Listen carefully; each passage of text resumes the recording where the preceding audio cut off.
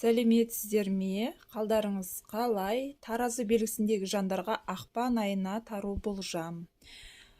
Бірінші карта таразылар, сіздерге колесница түсіп тұр, старший аркан.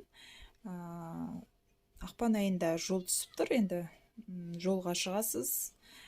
Және де бір тоқтап тұрған жұмысыңыз, ісіңіз, отношенияда болсын, продвижение бар, өзгерістер, тоқтап тұрған істеріңіз жүреді, тоқтап тұрған бір жұмысыңыз аяқталады, жаңағы көшіп қонумен байланысты өзгерістер болуы мүмкін кейбір таразыларымда.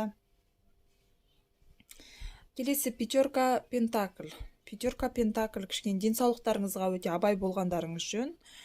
Бұл жерде иммунитет түсіп, кішкене ауырып қалуға деген қауіп қатер жоғары. Және де ақша жағынан айдың ортасында кішкене қаржыдан қиналуларыңыз мүмкін. Қаржы жағы қиындау болуы мүмкін айдың ортасында. Но мүмкіндігінше қарыз алып, қарыз беруден өте абай болғаныңыз жөн. Себебі қарыз алған жағдайда да, берген жағдайда да қиын болуы мүмкін. Біреуге қарыз беріп, ала алмай қиналуыңыз мүмкін. Немесе өзіңіз қарыз алып, жаңағы қарызды қайтаратындай мүмкіндік болмай қалуы мүмкін. Сондықтан мүмкіндігінше именно ақша жағына өте абай болғандарыңыз жөн. Ал ақшамен жұмыс жасайтын кейбір жандарға айтарым, жаңағы өте абай болғандарыңыз жөн. Себебі ақша жоғалу, ақша жағынан дұрыс есеп жасамау деген сияқты қателіктер кетуі мүмкін.